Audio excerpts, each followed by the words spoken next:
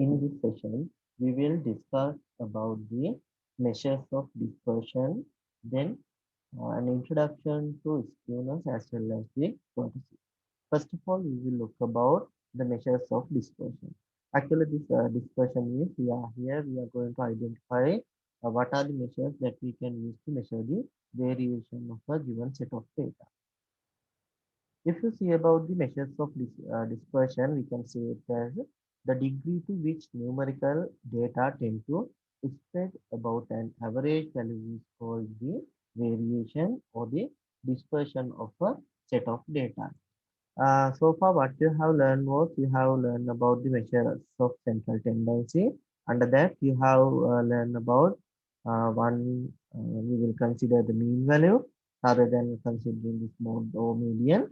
If you consider about the central tendency, a measure for central tendency as average, and now you are going to measure how the data are spreading away from this mean value. Therefore, here you are going to identify a region where these data can lie within. Therefore, here we are going to identify the spread about an average. Therefore, from how many units away from the average are discussed under this dispersion technique. Therefore, when we are going to identify the measures for dispersion, there are several measures that we can use. The simplest measure that we can use is range. Then you can use the interquartile range. Then variance can be used. Then standard deviation as well as in the coefficient of variation also can be used to identify or can be used as the measures of dispersion. And now we will discuss about these measurements one by one.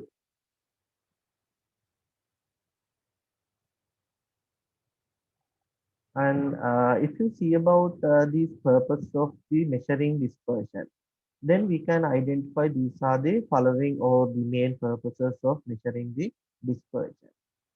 We can use the measures of dispersion to test the reliability of an average, to serve as the basis for control of variability, to compare two or more series with regard to their variability, to facilitate as a basis for further statistical analysis. Therefore, in simply we need to test the reliability of an average whether actually it is a reliable value because now if you have an dispersion it is quite like this, and if you are taking the average at some point here, then it may not be a reliable value which actually does not say about this data set. Therefore, if you can say this as x bar, then actually it is near to one of these ends. Therefore, we can identify whether we can check whether actually the reliability of the average is actually whether it is correct or whether it is reliable or not. Then to serve as a basis for control of variability. Now, if you have this average value somewhat here, and if you need to control the variability before going for controlling variability, first of all, you need to identify how much variability is there. Therefore, for the basis for identification, so for the basis of serving of that, then what you can do is first of all you can identify it. Therefore, you can use these measures of dispersion to serve as a basis for this control of variability. And now think about if you are having two sets of data. In simply, you may have uh, uh, instead the marks that you have obtained. If you are considering two classes, then uh, sometimes the class mean may be vary as well as the variability also may be vary. Now you can see that in the class A, you can see that mean value is somewhat higher compared to the class B. It is because x bar is greater than y bar, and but you can see that as well as there is a high variability, which means that the number of students, the marks that the student has obtained as minimum as well as maximum, there is somewhat a wider area for the class A. But in the class B, you can see that variability is somewhat low. It means that most of the students are having their marks around this average value. Therefore, likewise, you can simply compare. the disperse compare any given two data sets using these measures of dispersion. And another purpose of using the dispersion can be identified as to facilitate as a basis for further statistical analysis. Therefore, sometimes if you are going for any further analysis, therefore in such cases you may need the values that we are taking as the dispersions. Therefore, you can use the measures of dispersion as a basis to the further statistical analysis. And I need to tell you that even though we have identified several measurements under the measures of dispersion, we will only select few of them for the further statistical analysis. We are not taking almost all the values. It is because some measurements can be identified or used to use for the preliminary analysis, but for the confirmatory analysis, sometimes we need much more accurate measurements. Therefore, we are selecting several techniques among them. Among these techniques, we will take only several set of techniques to use in the further statistical analysis. And now we will look about the things that we have identified as the measurements in the previous slide. Therefore, the first measurement that we can use to measure the variation is phase. This is the simplest measure that we can use to measure the dispersion, and this this measure is depends upon the extreme items, and it is not on all the items. It is because we can say it like this. It is because we are defining the range as the maximum value that we can see in the data set and the minimum value that we can see in the data set. Therefore, if you take the difference between the maximum and minimum, then you can simply take the value for range. Therefore, now if these maximum or the minimum values are extreme items, it means that if these values are actually very far away from the mean value, then we can consider them as the extreme values. It is actually somewhat abnormal value. As an example, now think about if you are class grades, or if you now think about if you are considering several people lives in a village, and if you are identifying their mean income as we'll take this as 30,000 rupees. If it is 30,000, then if there is a person with 3 lakhs, 300,000, then this can be considered as somewhat a strange case. It is because these values are, it is much more high once you compare with the mean value of this village's income. Therefore, you can consider this value as an extreme case. Therefore, if you can see the extreme values in the given data set, then it will be actually affected on the value of the range. Therefore, this range measure is just depend on the extreme item, and it is not affected by all the items of the given data set. It is because we can normally identify the maximum or the minimum in here also. Now think about if the mean income level is 5,000, then again it is another problem. Generally, if you can see the values around 10,000 to 4,000, it is quite okay. But if it is less than this much, then we will see actually how these people are living. It is very low income for them as the monthly income. Therefore, we can say these two are extreme values. Therefore, in the minimum side as well as for the maximum side, we may have the extreme values. Therefore, if you can identify the extreme values in the data set, then it can directly affect on the value of range. And this is one example I have taken. Here you are asked to find the range of weight of 7 students. You can see that all these weights are somewhat closer to each other. There is no any extreme cases. If you see about this set of data, 27, 30, 35, 36, 38, 40, and 43. And now think about if there is any student with 120 kilograms, 110 kilograms, or 100, then we can say it as an extreme case. Therefore, now you can see these are some generalized value for this set of data. Now you can calculate the range by considering the difference between largest and smallest value. According to this data set, since this is an ordered manner, you can see that highest value is 43 and lowest value is 27. Therefore, you can take the range as the it is the highest value minus the lowest value. Here you can see highest value as 43 and lowest value is 27. Therefore, if you perform this calculation, you can take the value of the range as 60.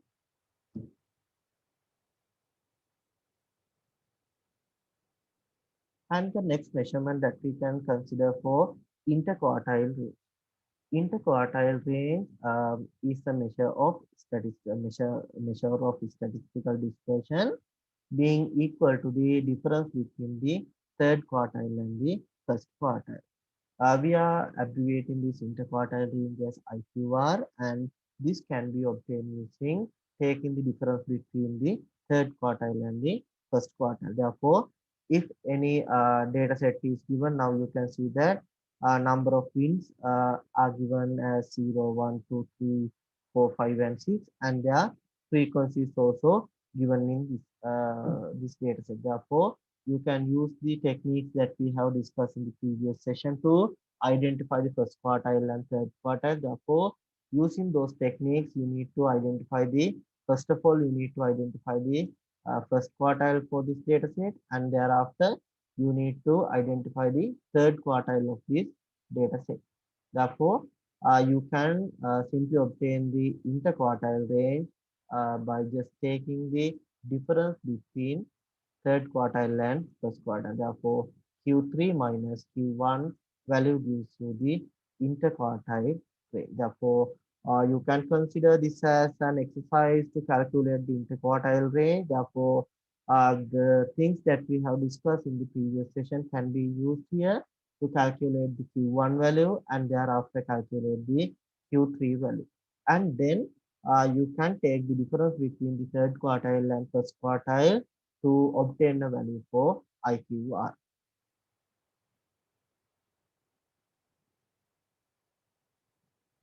And now we will discuss about the third measurement that we can use.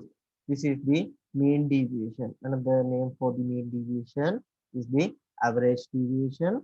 To calculate the mean deviation, we can use, actually it is the modulus of observation minus mean divided by total number of observation. Here what we are going to measure is, first of all, we are identifying if you are taking an observation, how far this observation lies from the mean value. Now, as an example, if you are having a data set like this, now you can identify mean value is given as 9. But think about if you are taking the value 11, then it is actually 2 units away from this mean value. And when you are going to calculate about the mean deviation, here we are not going to identify whether it is for the positive direction or whether it is for the negative direction. Therefore, it is because now think about if these are the deviations, not the, if these are just the deviations. If you consider their signs, what will we get? Now think about here you are having 3 points in the right hand side of mean value, and there are some 4 or 5 other points in the left hand side of this mean value. Therefore, if you take if you take the total of these set of value, now it is 2 plus 6 plus 7, you may get the total division for the positive side is 15, and for the negative side, if you are taking the addition of these values, then it is 1 plus 2 plus 3 plus 3 plus 6. Again, this gives the value as 15. Now, it is for the negative side and this value is for the positive side. Therefore, if you take about the total deviation, then this ends up the value as 0. Therefore, to override this issue, what we can consider is the absolute or actual distance uh, or actual deviation from the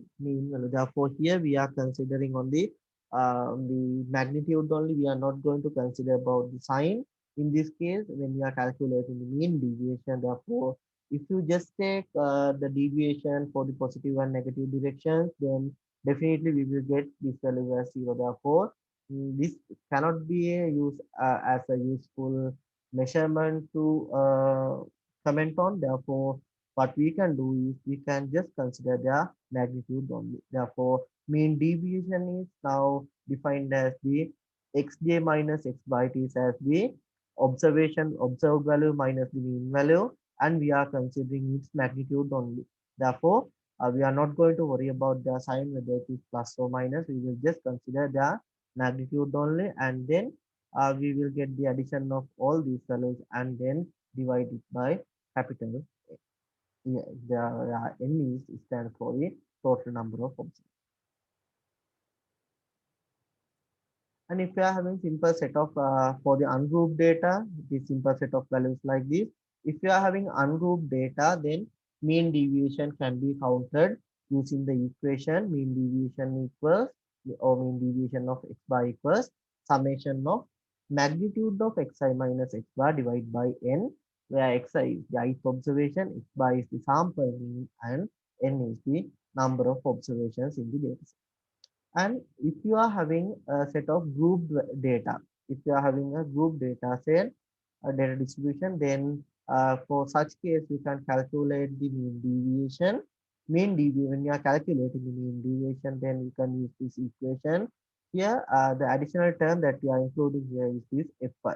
It is because in here you can see for one group data, only for each single value we are calculating its magnitude deviation, and then we are getting the summation. But here, if it is set of group data, for a single group, we are getting the xi minus x bar value. Therefore, what we have to do is we have to multiply this the magnitude of this value by simple fi, where fi denotes the frequency of the ith group.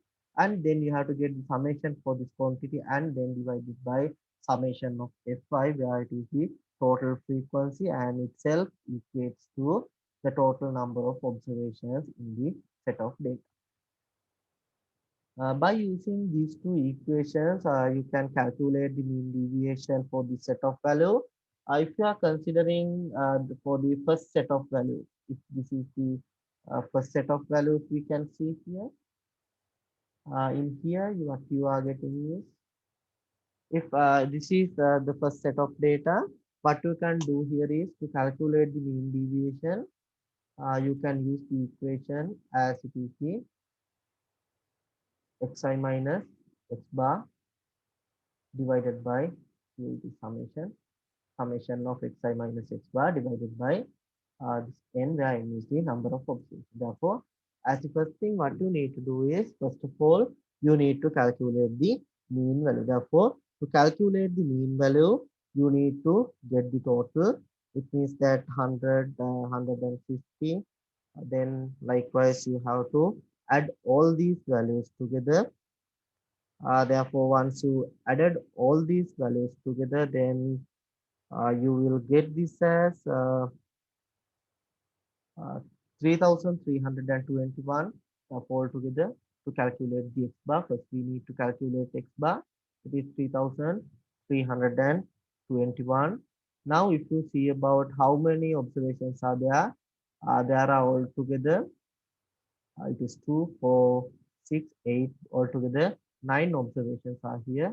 Therefore, divide by 9. Then this gives a value as 369. 369 is the mean value we are taking. After getting this value, what you can do is, now you can prepare another row, or if it is in column wise, since this is in a row, then you have to calculate a row which contains the value for x bar minus xi minus x bar, xi minus x bar. It means here what you need to do is, xi is the values that you can see here, then 100 minus 369. Therefore, you can do the calculation in this form. Therefore, the observed value, the mean value 369 has to be subtracted from the observed value. Therefore, if it is x equals 100, then here we will get this value where 269 is minus. And if the value is 150, then you are getting this as minus 219.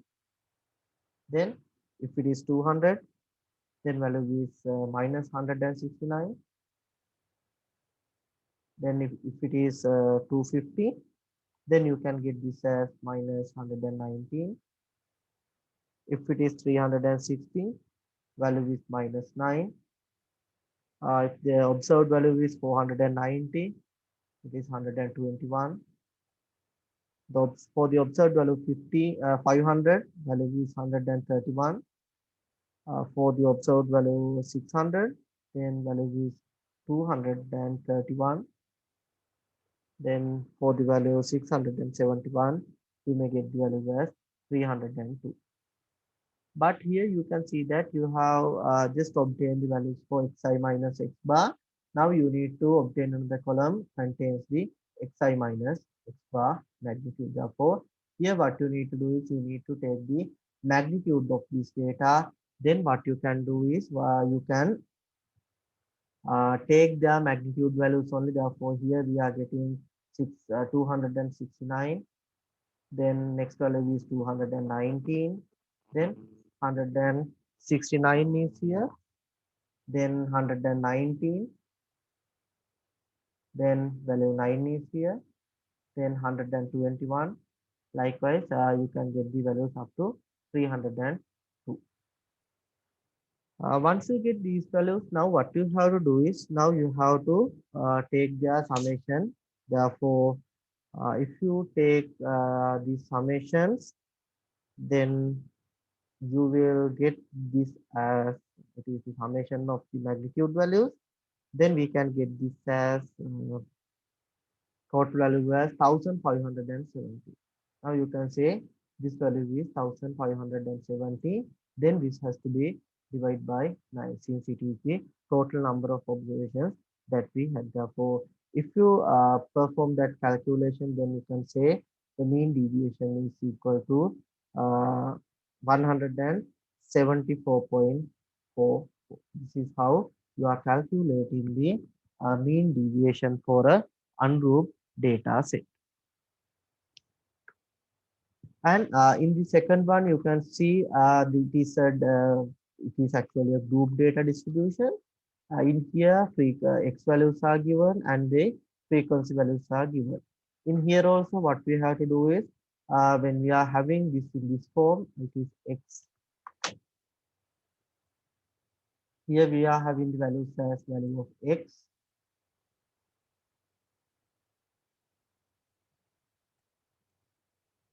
Value of x is here. Then we can see the value of f here. Then we need to take the value of fx. It is because here also first of all we need to calculate the value for x bar. To take a value for x bar, you can use the equation summation of fx has to be now divided by summation of x. To perform this calculation, what you can do is first of all you need to make a column in this form. Here you can say the x values are 2, 4, 6, 8, and 10. Then the frequencies associated with these values are 1, 4, 6, 4, and 1. If you perform the calculation of getting the value for fx, it is 2, 16, 36, 32, and again value is 10. Now to take a value for the mean value, we need to get the summation of this fx value. Therefore, if you add all these 5 values together, then you will end up with the calculation as 96. Value is 96. Then you need to take this total is 96, and if you take the total number of observations you are having, here it is altogether it is you have to take the addition of 1, 4, 6, 4, and 1. Therefore, this gives the total number of observation as 16. Therefore, what you can do is you can take the summation of f as 16. Therefore, you can simply take value for the mean is equal to 96 divided by 16, which gives you value as. Thereafter, what you have to do is now you need to find the column which contains the xi minus x bar value. Now, you need to construct here. You can extend this table if you wish. Then you can take this as the xi minus x bar. Therefore, without say much more time on this, I am directly taking this magnitude value. Therefore, first of all, it is taken as 2 minus 6, 2 minus 6 is minus 4. Since I am considering the magnitude only, then value here I am getting it as 4. Then, if you take the magnitude of the difference, it is 2. Here it is 0. Here this value is 2, and again value is 4. Now what you have to do is, now you have obtained a column which contains the value for xi minus x bar. Therefore, now if you see about this column, xi minus x bar, and its magnitude values have now written here. You have obtained it as 4, 2, 0, 2, and 4. And thereafter, what you need to do is you can multiply this with the F5 value associated for this difference, this xi minus x bar value. Then what you can do is, now you can see the F values associated with this. Then 4 has to be multiplied with 1, then 2 multiplied with 4, 8, then 0 multiplied with 6, then 2 multiplied with 4, and 4 again multiplied with 4 is again multiplied with 1. Therefore, now you can see that the summation you are getting here, the summation, you will get the summation as 24. Then you can use the data that you have obtained for the calculation of mean deviation. Therefore, you can say the mean deviation as it is equal to summation of F5 times xi minus x bar. Then this has to be divided by summation of Fi. Therefore, if you are performing this calculation, just here what you have to do is just do the substitution. The summation of this quantity has obtained as 24, and summation of Fi is now equal to 60. Therefore, what you can do is you can divide this 24 by 16. Therefore, you can get this value as 1.5. Then you can say that the mean deviation for this set of data is equal to 1.5. Here in this, as the third one, I have again included a set of data as the group data distribution. Here you can see it is rather than saying just with the frequency, now it is quite as a the values are now in a group. Therefore, here what you have to do is still you can use this equation, but if you are using this equation now, you have to take the xi value as the midpoint of this class value. Therefore, if you need to use it for this type of problem, what you need to do is you need to replace this xi with the class midpoint. Therefore, for each class, you have to calculate the midpoint, and then midpoint minus x bar divided by summation of f. You may need the this midpoint value. It is because if you are paying the attention towards this calculation of mean value also, you need to identify the midpoint value. Therefore, accordingly, as according to the previous sessions we have discussed,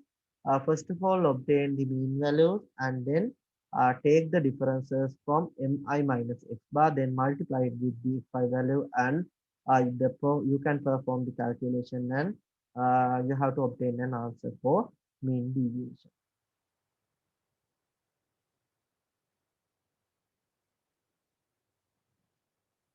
And if you see about the pros and cons of this mean deviation, the advantage or the positive, mm,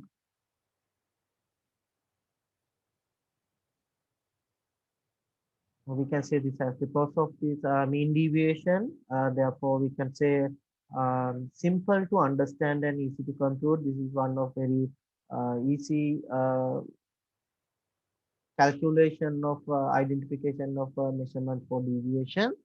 Then it is not much affected by the fluctuations of the sample, even though fluctuation of the sampling will not be that much affected on the mean deviation. And based on all the items of the series, and it gives the weight according to their size also. It is because now you can see that uh, to calculate the mean deviation, not as the previous ones.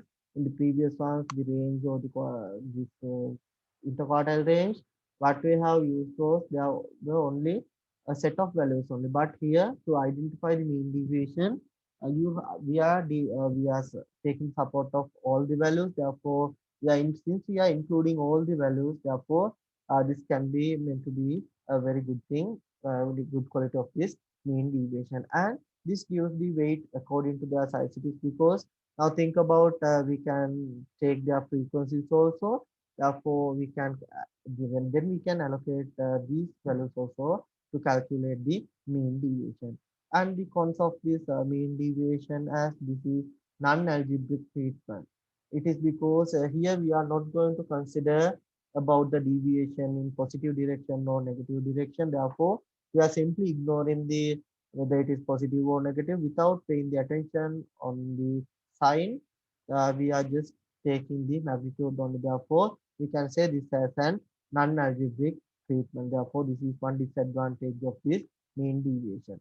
And it is not very accurate measure of dispersion. It is because here we are just taking, since we are just taking this as the non-algebraic treatment, this would not be an very accurate measure. It is because we are not going to identify the deviations for the positive and negative direction separately and then take the values. It is because if we are going to do the calculation so on, then we will end up with the calculation as zero. Therefore, this cannot be considered as a very accurate measurement of dispersion. But anyhow, to measure the dispersion, you can do it. There may be some errors for them, since this is somewhat the primary measurement that we can use to identify the deviation.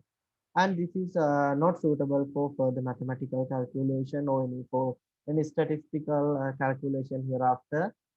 It is not that much good to use this mean deviation. Therefore, we can simply take this mean deviation just for the interpretation only. Therefore, these are the pros and cons of the mean deviation. And now we will see about next type of measurement that we are going to discuss under this session. It is the variance and the standard deviation. Variance is going to be the expectation of the square deviation of a random variable from its mean. It means that here we are going to identify the expected value of the square deviation. Here, in simplify mentioning, what we are going to do here is, first of all, we are taking the x bar value. And then, if this is the observed value, first of all, we are calculating the distance. We will take this distance as di. Then we can take this in the plus direction or the minus direction. Therefore, now you can use the algebraic property, whether it is plus or minus. Then thereafter we are taking its square term.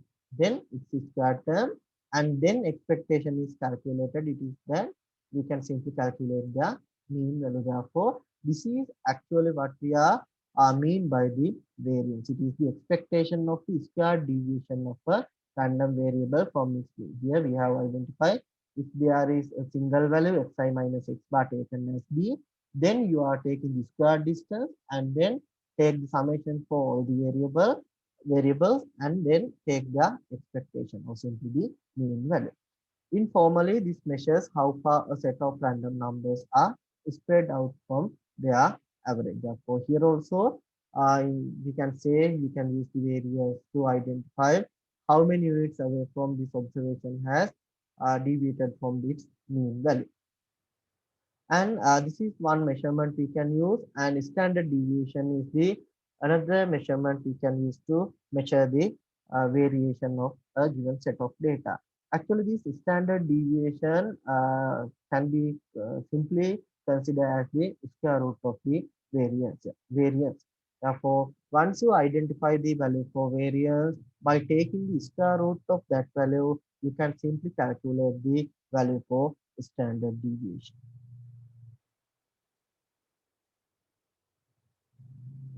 And these are the equations that we can use to identify the population variance and the population standard deviation.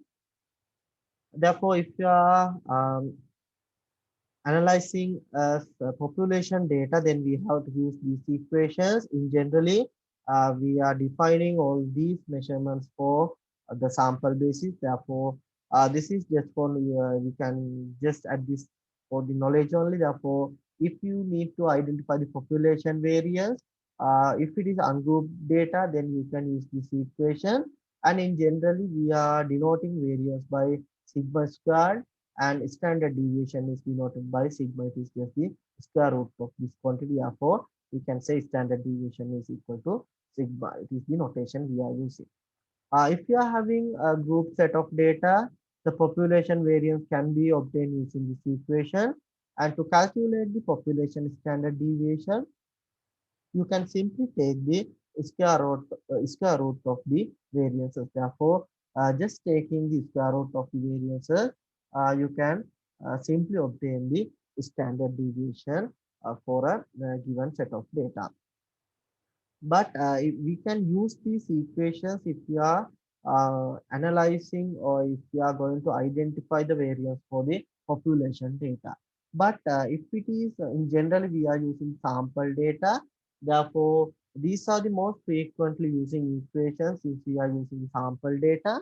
For a given sample, we can calculate the sample variance as well as the sample standard deviation. To calculate the sample variance for ungrouped data, you can use this equation. Here what I have mentioned is xi minus x bar. First of all, you need to take the deviation, then square in. This is for the ith observation. Therefore, all the n number of observation, you have to take the summation, and here it has to be divided by n minus 1. To be an unbiased estimator, we have to use this value. Therefore, sample variance is denoted by S square. Therefore, for ungrouped data, you can use this equation to calculate a value for S square. But if you are having group data, set of group data, then this distance has to be squared and then multiply this with F5 value. It is the frequency for the given group or given class. Then you have to take their summations, and thereafter again you can replace this n by, if you need, you can replace simply by summation of F5, or else you can still use the n, where n is the total number of observations in the data set. And once you have the values for the variances, then you can simply take the standard deviation, just taking the square root of the variance value that you have obtained. Therefore, you can have these as the equations used to calculate the sample standard deviation for ungrouped data as well as for the group data. And if you see about prior to discussing about the using these equations, first of all, we'll see about the pros and cons of this variance and standard deviation. The pros for the variance and standard deviation can be mentioned as this is rigidly defined as defined, and its value is always definite and based on all the observations are used. Therefore, this is one advantage of this variance and standard deviation. This is rigidly defined, and um, there is a value which is always a definite value, and then these values are always based on all the observations in the data set that we are using. And this can be used as to use to for the algebraic treatment, and in generally we are using these variance values and standard deviation values for the calculation of further statistic in the further statistical techniques. Therefore, and this is less affected by the fluctuations of sampling, and hence we can identify this as an stable measurement. Therefore, variance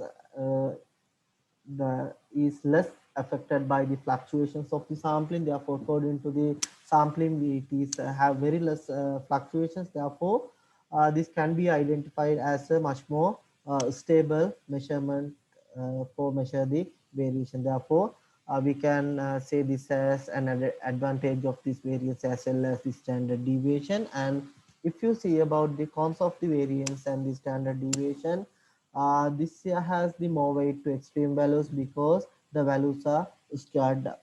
It is because now think about if you are having a set of data, and if this is the xi value, and if this is the x bar value, and if you are identifying a value somewhat here, but all the values are somewhat below this string. Therefore, if the majority of the data set is for this in this region, but only one, two, also only very few values lies in this much with this much of deviation. Therefore, what you can do is if you are using the variance, what we are taking is xi minus, then we are squaring this distance also. Therefore, if you are having the extreme values, then it will be much more affected on the variance. Therefore, we can say this as an disadvantage of the variance as well as the standard deviation.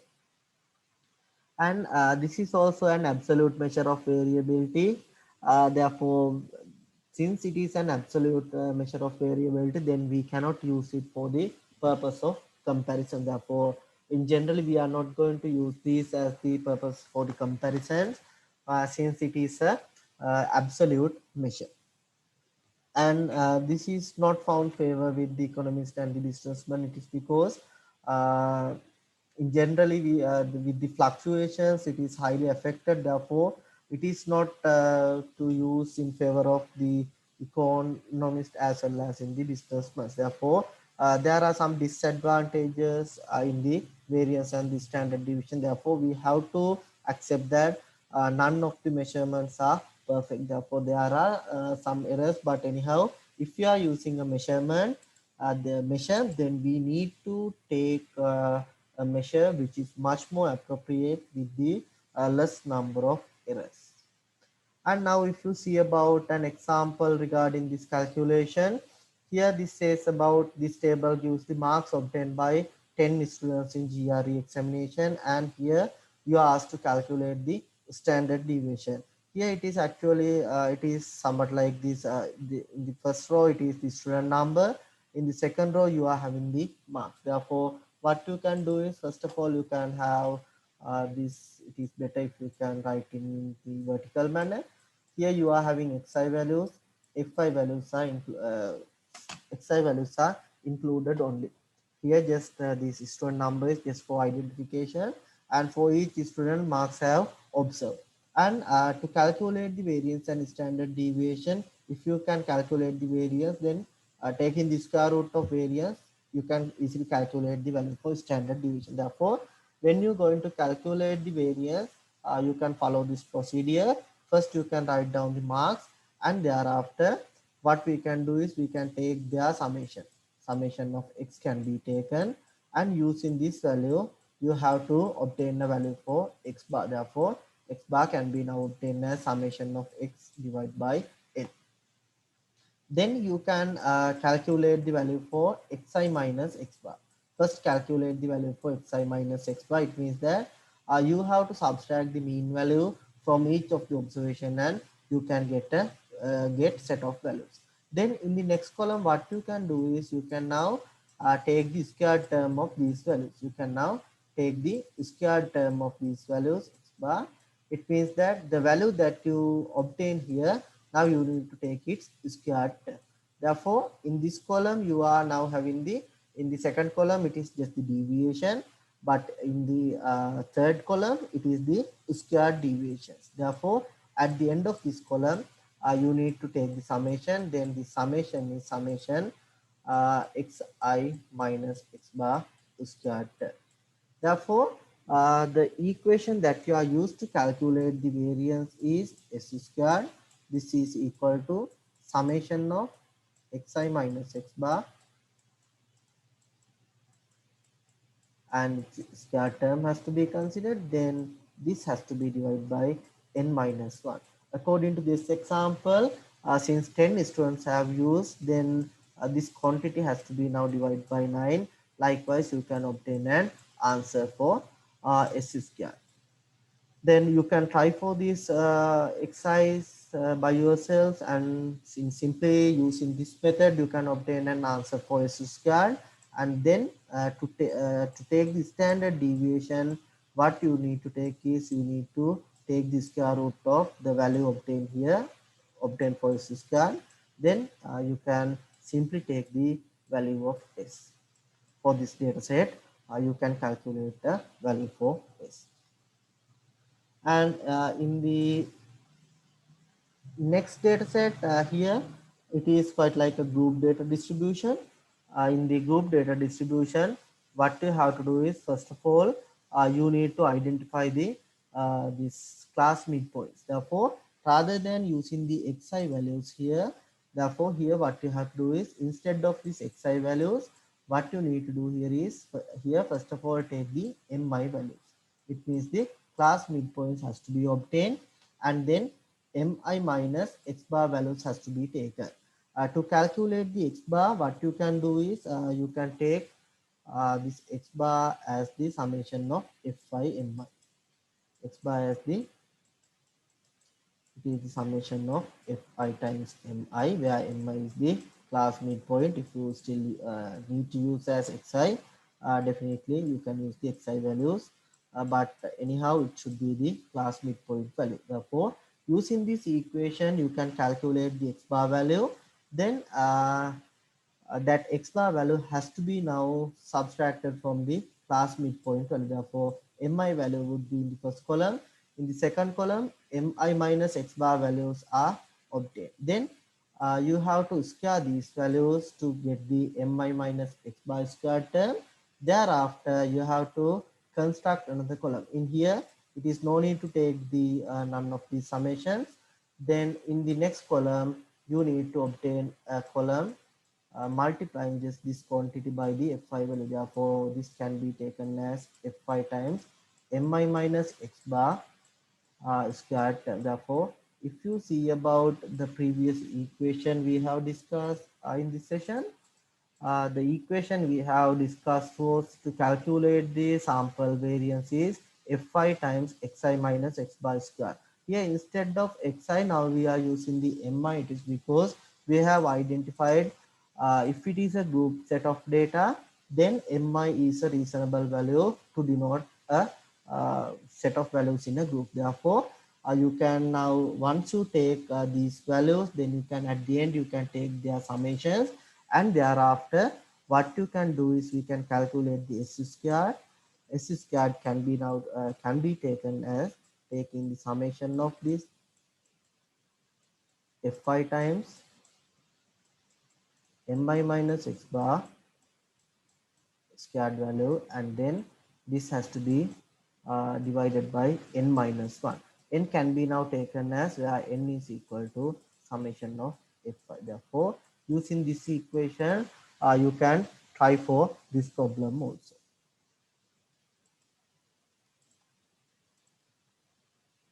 And the next measurement that we are going to identify under the variation is the coefficient of variation.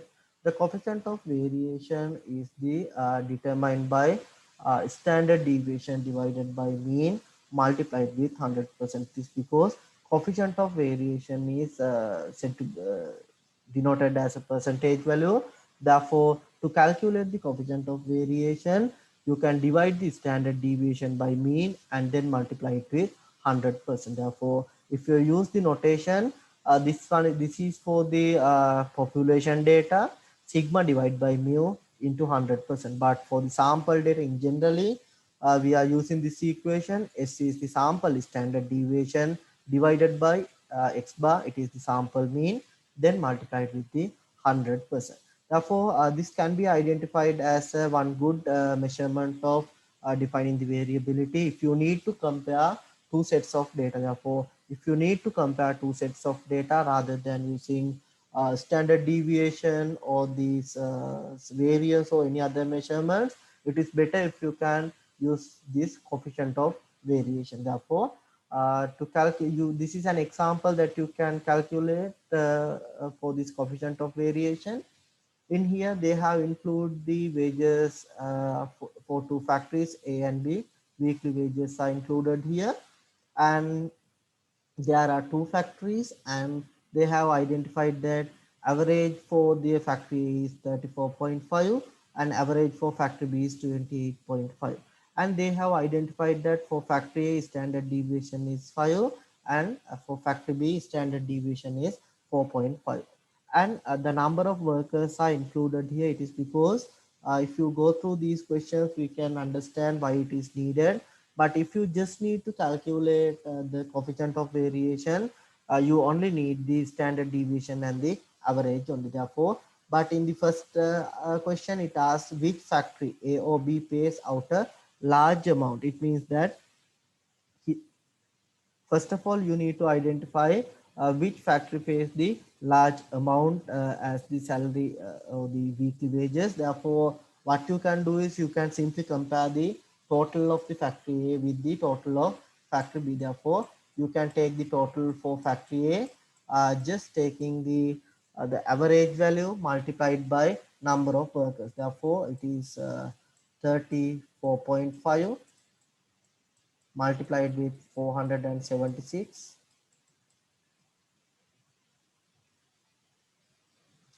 then this gives the value as 16,422. Therefore, this is the total amount paid by the factory A, and if you consider this for factory B, then this value can be obtained as 28.5, and then this is multiplied with 524.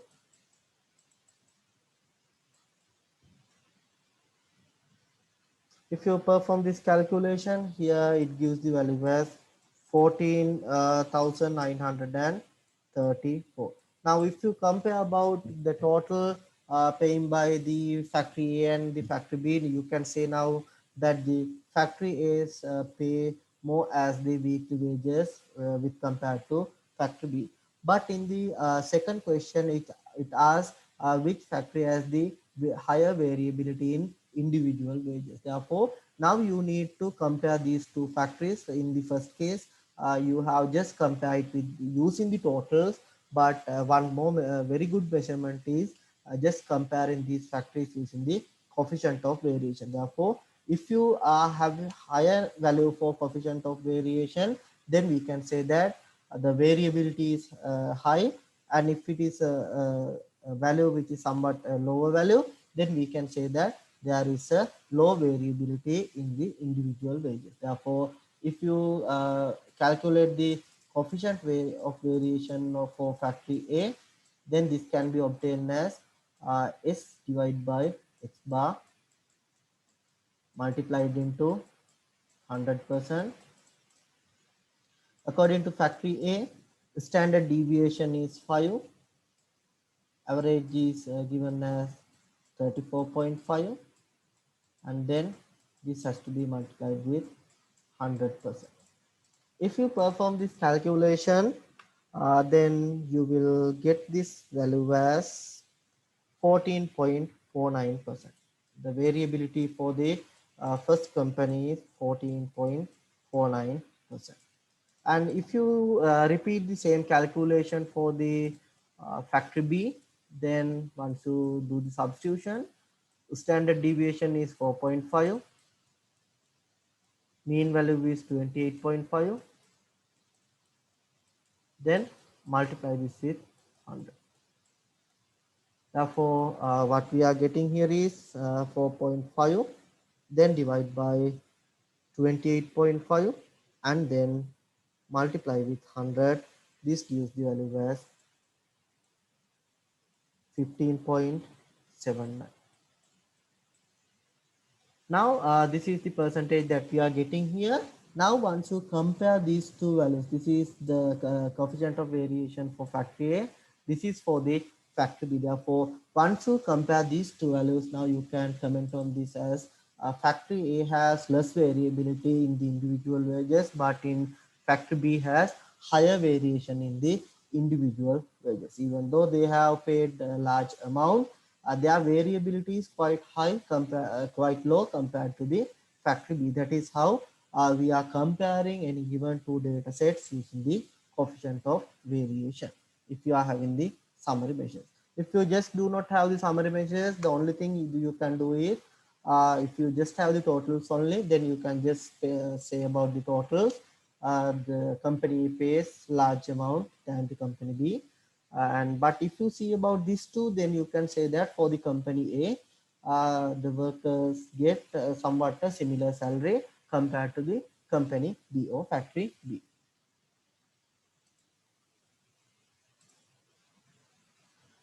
And this is another example exercise that I have included here. Here it is the index number, the index of the prices of cotton and coal shares in 2013, and the values are given for 12 months time period. Therefore, now what you can do is you can practice this to calculate the cotton shares and the coal shares. You can identify which share index has the higher variation. To identify the variations, here for each set of each variable, you need to calculate the x bar value, you need to calculate the s value, thereafter you need to calculate the coefficient of variation. Then you need to compare the coefficient of variation among these cotton shares and the coal shares. Thereafter, uh, the variable which contains the lower value for coefficient of variation can be identified as index with low variation. A higher value for CV gives or just interpret as the higher variation in the price indexes. Therefore, this is how you can try for, you have to try for this exercise. Then the method that you need to follow is, first you need to calculate value for x bar of each variable, then calculate sample standard deviation for each variable, and thereafter calculate the coefficient of variation for each variable, and then compare which has the higher value. If it has the the the type of share which has the higher value is meant to be the share index which is having a high variation. And this is actually what I need to discuss for the measures that we are considering as the variation. And now we will see about the skewness of a set of data. Therefore, this is, if you go to the, it is just an introduction for you. Skewness of data set can be just obtained using just seen by this graphical method. Therefore, but there are methods of calculating skewness also. But here I just need to give you an idea regarding how we can see a skewness in set of data. Now, sometimes if you are having your, just simply take your marks, then if the whole class is working very good, then you will have higher marks. Though most of you may have higher marks in such situations, then your distribution will be come to more right hand side. Therefore, less amount of observations will be in the negative side or in for the left hand side. Therefore, we can say such distribution as a negatively skewed distribution. And now think about if there is a class which having very low marks. If the majority of the class has low marks, then you will get a distribution in this form. Therefore, we can say this as a positively skewed. It is because you can see a tail for the right hand side and less number of observations in the right hand side. Therefore, if you are having a data set in this graphical presentation of your data set, if it is in this form, then you can comment on it as it is positively skewed. But you can simply obtain this graph just looking at the histogram. Once you construct the histogram for a given set of these numerical values, then you can see how this graph behaves. Therefore, if you can see a tail for the negative side, then we are saying it as negatively skewed. If you can see a tail in the right hand side, then we can say it as the positively skewed. And in generally, most of the cases in statistic, we are assuming that if we are having large number of observations, then we are assuming that distributions or the data follows the normal distribution. It means that there is no any skewness in the data set. Therefore, if you see about a data with this normal behavior, with the no skewness, then you can see that similar tails for the left hand side as well as for the right hand side. And if you see about the mean, median, mode for these three events, If it is a normal curve, mean, median, and mode will have the same value. But if it is negatively skewed, then mode and median would be greater than mean value. But if it is positively skewed, mean would be greater than mode than median. Therefore, uh, using the shape of the graph, you should be able to identify whether it is positively skewed, negatively skewed, or whether there is no any skewness. No skewness is meant to be, it is normally distributed. Therefore, in generally we can see the most of the data follows the normality. Therefore, we can see once you draw the distribution in this visual mode, then you can see a bell-shaped distribution can be obtained. Therefore, we can say that the shape of a normal distribution is bell-shaped. Therefore, sometimes rather than saying it is as normal distribution, the shape of the normal distribution, we are naming it as a bell-shaped distribution, and we can say that this is a symmetric distribution. It is because if you are folding this distribution throughout this mean line, you can see that both sides are similar rather than comparing with these other two. And here you can see how the data varies using the skewness, and you can see about if you perform this box plots. Here also using the box plots also you can identify the skewness. To identify the skewness using the box plots, you can see that if you are having two equal boxes for left and right hand side, then you can say it is normally distributed. And if you are having somewhat a large box or somewhat large rectangle for the right hand side, then we can say it is positively skewed. And if it is somewhat large box for the negative side, then we can say it as the negatively skewed. Therefore, using or just seen by the box plot of any given data set, you may be able to identify whether it is normally distributed, positively skewed, or negatively skewed. And I have shown it here also. Here we can say once you obtain the box plot, this distance would be the Q3 minus Q2 distance, and this Q2 Q1 distance uh, would be same. Therefore, these two distances are same, means the distance between Q3 and Q2 are same, Q2 and Q1 also same. But if it is positively skewed, then Q3 and Q2, the distance between third quartile and second quartile will be greater than the distance between second quartile and first quartile. And for the negatively skewed data, the distance between third quartile and second quartile is quite longer than the distance between second and the first quartile. Here you can see if it is this Q1, Q2, and Q3. If this is Q1, Q2, and Q3, now you can see that the distance between these two are equal to the distance between Q2 and Q3. Therefore, we can say it is normally distributed, no skewness. But here you can see Q1, Q2, and Q3. The distance between third and second quartile are quite larger than the distance between Q2 and Q1. And in the last graph, Q1, Q2, Q3, here you can see there is a more distance in between first and the second quartile with compared to second and third quartile. Therefore, just looking about the box plot of a data, you can identify whether the distribution is skewed or not. And then we will move for just for getting an idea about the kurtosis. Kurtosis can be considered as an index of the sharpness of the peak of a frequency distribution curve.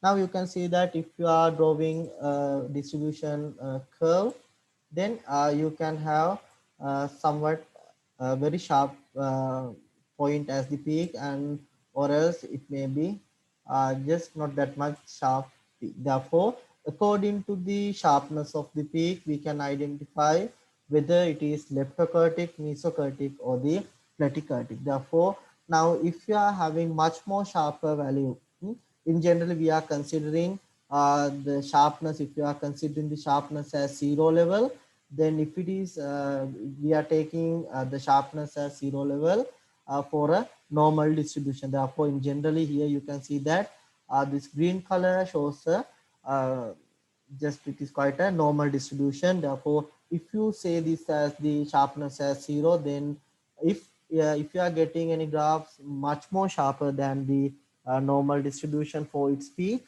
then we are saying such graphs as the leptokurtic. And here you can see that uh, the sharpness is somewhat low. It is now you can see that it is somewhat a plate like thing in the peak. Therefore, we can say the blue color line as the it is the curticis is platykurtic. Therefore, these are the three general forms that we are identifying as the curticis, whether it is leptokurtic, mesokurtic, or the platykurtic. In generally, we are saying the normal distributions have the mesokurtic. And this is actually what I need to discuss for this session. And thank you all for participating with this session.